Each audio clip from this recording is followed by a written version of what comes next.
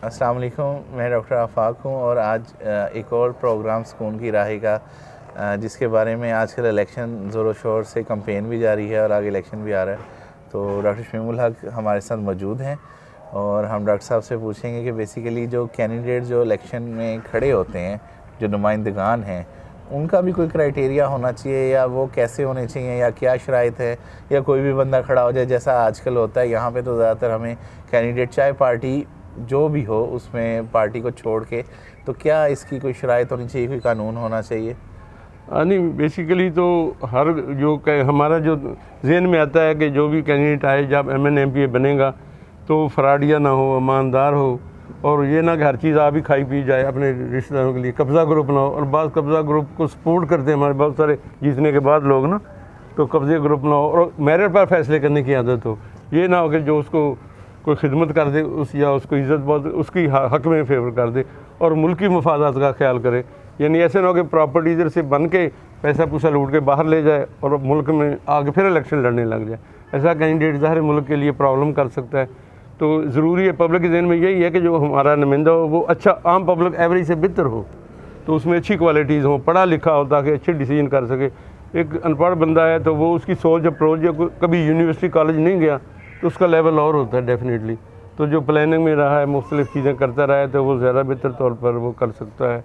तो इसलिए ज़रूरी है कि कुछ ना कुछ उसका क्राइटेरिया हो। हमारे जो फार्म आता है MN MP का, उसके नीचे लिखा है, एक कॉलम है उसमें बाकायदा, कि वो ईमानदार हो, और उसकी वो मौके पर पूछते हैं अक्सर कि जी ये आप ऐड सुना दो फलाना। हालांकि ये 1 साल पहले उसको अप्लाई करना चाहिए, उसका देखा जाए ट्रैक रिकॉर्ड क्या है, वो इलेक्शन कमीशन देख सकता है। इलाके में जाके सर्वे करे कि उसने पहले क्या क्या अच्छे काम क्या किए हैं, कोई सोशल काम किए हैं नहीं। जी, लेकिन उसमें यूजुअली इस तरह, लेकिन ऐसा होता नहीं है। जो आमतौर पे सियासी पार्टियां किन लोगों को टिकट देती हैं? जो ज़्यादातर लोग हमें नज़र आ रहे होते हैं, बिल्कुल पार्टी जो भी हो, कई दफ़ा ये है कि वो आपस में कंपेयर हो रहा होता है कि ये कम गंदा है, ये ज़्यादा गंदा है। सही तो वो उसका क्या है कि बल्कि ज़्यादातर ये भी देखते हैं कि अपने बच्चों को देते हैं, मसलन पार्टी का हेड वो अपने बेटे को, अपने चाचे ताए को, दामाद को, ऐसे लोगों को दे देगा।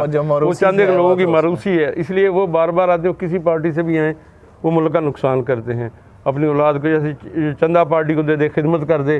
हालांकि ईमानदार बंदा दूसरा भी हो सकता है जो नहीं ज़्यादा पैसे दे सकता, लेकिन जो खिदमत करता है उनको वो ज़्यादा अहमियत देते हैं।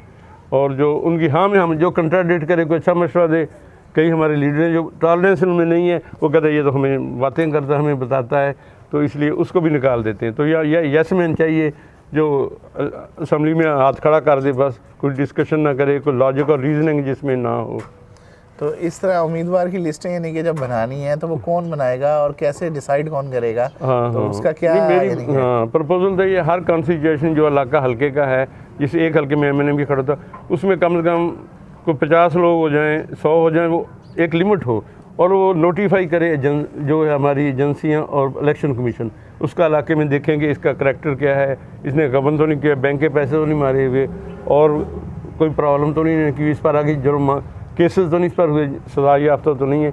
वो 1 साल पहले उसका रिकॉर्ड चेक करें, और बल्कि उसको 2-4 माह उसकी इंक्वायरी करके फिर उनको सफाई का भी मौका दें। भी अब ये एलिगेशन है, आप हमें बताएं कि आपने ये सारा कुछ किया है, गड़बड़ की है। अगर वो साबित करता है कि मैं ईमानदार हूँ तो लिस्ट पहले से हो। और सियासी जमातों के लिए ज़रूरी हो कि उन लोगों में से किसी को टिकट दे। होता ये है कि किसी को भी उठा के दे देते हैं, जो रस्सागीर होता है वो। और हमने अब कल भी सुना है कुछ ऐसे उम्मीदवार आ रहे हैं जो सरकारी ज़मीन पर कब्ज़ा किया हुआ है और फ्रॉड किए हुए हैं, बैंक लूटे हुए हैं, कागज़ों में, मतलब वैसे तो डकैती कम करवाते हैं वैसे।